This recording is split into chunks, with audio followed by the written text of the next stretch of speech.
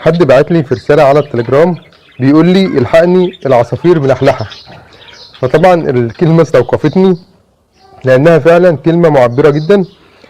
الجو الحر اللي احنا فيه ودرجات الحرارة العالية اللي بتوصل ل40 وبعد ال40 لازم في الوقت ده نتصرف بسرعة جدا، لأن فعلا هتلاقي إن العصافير عندك بتلهث من درجة الحرارة، وإن العصافير مش مستحملة درجة الحرارة العالية دي. فلازم نتصرف بسرعة جدا ونلحق الطيور بتاعتنا عشان ما يحصلش أي موت مفاجئ بسبب الإجهاد الحراري. طبعا احنا اتكلمنا عن الإجهاد الحراري وطرق الوقاية من الإجهاد الحراري، كان منها الخضروات وإن احنا نقدم خضروات للطيور. تاني طريقة النهاردة هنشرحها مع بعض وهي أحواض الاستحمام. زي ما انتم شايفين دي أحواض الاستحمام اللي أنا هقدمها للطيور. المفروض إن احنا نقدم أحواض الاستحمام زي ده كده، لازم يكون مفتوح، بس ده المتاح عندي حاليا. وديت العلبة بتاعة التأكيل اليدوي. أنا هنا مجهز اهوت سرنجة من بتاعة التأكيل اليدوي فيها 5 سم خل تفاح. ال5 سم خل تفاح عضوي، شايفين ده لون الخل التفاح العضوي. هنبدأ نحط ال5 سم دول على لتر مية. تمام؟ طيب دي ازازة خل التفاح العضوي اهيت، برضه لازم تبقوا شايفين شكلها. دوت خل التفاح العضوي، مش بيبقى لونه صافي زي الخل التفاح العادي، لا بيبقى لونه كده عكر كده. دوت خل تفاح عضوي يعني طبيعي، ودوت بيبقى افضل في التطهير وافضل بالنسبه للاستخدام مع الطيور. ده لتر ميه طبعا من الفلتر، تمام، او لتر ونص. لتر ونص ميه من الفلتر. هنبدا ان احنا نقدم الميه ديت، بس لما نضيف عليها خل التفاح العضوي. هنبدا نفضي خل التفاح العضوي داخل الازازه زي ما انتم شايفين كده. كده انا فضيت خل التفاح. هاخد كمان 2 سم ونص، لان هي الجرعه المفروض 5 سم على اللتر. 5 سم على اللتر، دول لتر ونص، يبقى انا هحط 7.5 سم على اللتر ونص. خليكم معايا كده. انا عبيت كمان 2 سم ونص خل تفاح عضوي. زي ما انتم شايفين فتحه الازازه ضيقه، فانا بستخدم سرنجه التاكيل اليدوي عشان اعرف اعبي منها. تمام كده انا حطيت كمان ال2 سم ونص.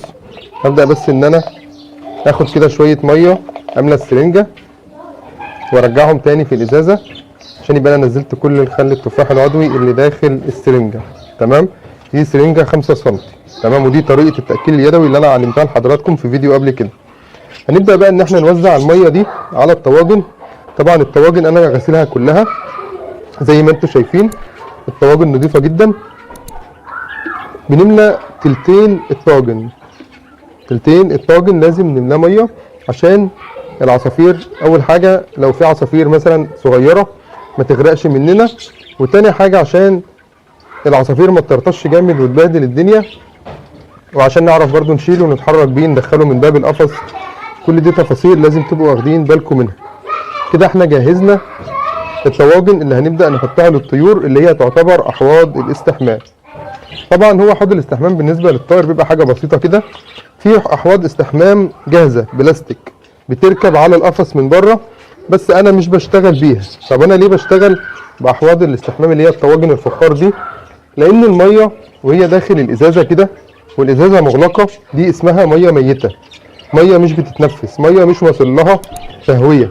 الميه دي لما بتفضل في الفخار فتره، الميه دي كده بتبقى اسمها ميه حيه. ميه حيه لان هي بتتنفس عن طريق الفخار، فالميه بتبقى افضل بكتير جدا. لان طبعا الطير قبل ما هينزل يستحمى داخل الطاجن اول حاجه هيعملها ان هو يجرب يدوق الميه. فاحنا بنحط جرعه الخل التفاح اللي ينفع ان الطائر يشرب منها، وبقيه الازازه اللي عليها خل تفاح ديت هوزعها دلوقتي برده على المسائي، وهنبدا ان احنا نعلق المسائي للعصافير. خليكم معايا. دي السقايات، طبعا انا منضف السقايات كويس جدا جدا ومغسوله، سواء القطع اللي فوق او القطع اللي تحت زي ما انتم شايفين. لازم السقايات تبقى نظيفه بالمنظر ده، لازم الداير دوت يبقى نظيف، ما يبقاش فيه اي فطريات او اي حاجه. يتغسل بفرشه اسنان، تمام، زي اللي موجوده جوه دي فرشه الاسنان اللي انا بغسل بيها. تمام، ببدا ان انا انضف بيها السقايات وبرده بغسل بيها الطواجن. هنبدا بقى دلوقتي ان احنا نوزع بقيه اللتر ونص خل تفاح على المسائي. بسم الله الرحمن الرحيم. بسم الله الشافي اللهم بارك. طبعا ايه، هي كده كميه الميه بالخل تفاح كبيره. هبدأ بقى ان انا اوزعها كلها. وبالمناسبة كل اللي انا بعمله مع العصافير انا بعمله نفسه مع الحمام. تمام، الناس اللي هي عندها حمام كل ده ممكن نعمله مع الحمام. اهم حاجة بس نفكر ونعرف ازاي نتعامل مع الطير اللي احنا شغالين معاه. تمام كده اللتر ونص خلاص خلصوا. هاخد بس شوية كده ايه اوزع على دي. ما شاء الله. هقفل بقى دلوقتي السقايات وابدا ان انا اركب السقايات واوزع الطواجن بتاعه الاستحمام بالمره على العيون. خليكم معايا كده. انا وزعت كل الطواجن. طبعا الطاجن الكبير دوت حطيته للطيور اللي في المطار. الطيور شايفين نظره الطيور بتبدا تستكشف الطاجن الاول وتشرب منه وبعد كده تبدا تنزل تستحمى او تاخد الشاور بتاعها. معلومه مهمه جدا حابب اوضحها لحضراتكم. لو بصينا على الدرج انا منضف الدرج كويس جدا عشان طبعا لما الميه تقع الدرج عندي الدنيا ما تتبهدلش وتبقى الفضلات كلها واقع عليها ميه وتبقى الدنيا صعبه بعد كده في التنظيف. فلازم ننضف الدرج كويس جدا قبل ما نبدا ان احنا نحط احواض الاستحمام. لو جينا نبص برضو على بقيه الازواج نفس الفكره. انا برضو هنا منضف الادراج اهو. تمام، وهنا برضو منضف الادراج. اصلا الميه بخلي التفاح اللي هتقع في الادراج هتعتبر ان هي مطهر للدرج نفسه. فلازم ان احنا ننضف الادراج كده قبل ما نحط الطاجن او الحوض اللي فيه الميه بخل تفاح.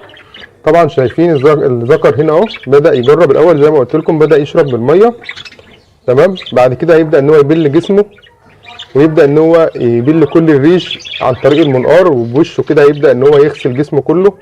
خل التفاح مفيد جدا جدا كمطهر معوي للطيور ومفيد للجلد لو في اي فطريات في الجلد ومفيد للوقايه من الحشرات. هيعالج عندك اي مشكله في الريش، اي حاجه موجوده في ريش العصفور. هتلاقي ريش العصفور بعد كده بقى لامع وقوي ونضيف زي ما انتم شايفين كده. انا حطيت احواض الاستحمام في كل العيون. هنا اهو برده لسه هركب السقايات. تمام، الزوج هيبدا ينزل برده كذلك هنا. حتى لو الاناث بتحضر العش او بتبيض او كده مفيش اي مشكله، عادي جدا ان احنا نحط احواض الاستحمام. خليكم معايا نركب السقايات كده. انا علقت السقايات كلها زي ما انتم شايفين وهنسيب احواض الاستحمام لحد ما الطيور تاخد الشاور بتاعها. بعد كده هبدا ارفع كل احواض الاستحمام. وكده كده احنا مقدمين برضو ميه بخل تفاح في المسقه. لازم نرفع احواض الاستحمام عشان ما يبداوش ان هم يعملوا فيها فضلات او حاجه زي كده. مجرد ما هم ياخدوا الشاور بتاعهم ويستحموا بنبدا ان احنا لازم نرفع احواض الاستحمام في خلال من ربع لنص ساعه. كده يبقى احنا لطفنا على الطيور، اهتمينا بريشهم، اهتمينا بان احنا نخلي المكان عندنا كله متطهر، اهتمينا بجلد العصفور، كل حاجه تمام. وخلي التفاح مفيد جدا في كل حاجه. الادراج كلها اتطهرت واتنضفت. ممكن ان احنا نحط احواض الاستحمام للطيور في الصيف مرتين في الاسبوع في منتصف النهار. في منتصف النهار بحيث ان الجو يكون حر ونبدا ان احنا نحط احواض الاستحمام. برضو معلومه اخيره، ما ينفعش ان احنا نضيف اي ادويه على المسقه خلال الفتره اللي احنا حاطين فيها احواض الاستحمام.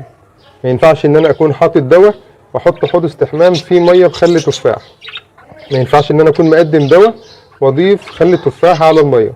يا رب تكون المعلومه واضحه ان ما ينفعش استخدام اي ادويه. تمام، وفي نفس الوقت اضيف خل تفاح على احواض الاستحمام. ما شاء الله شايفين الطيور بتبقى منتعشه ازاي وبتبدا ان هي تشتغل.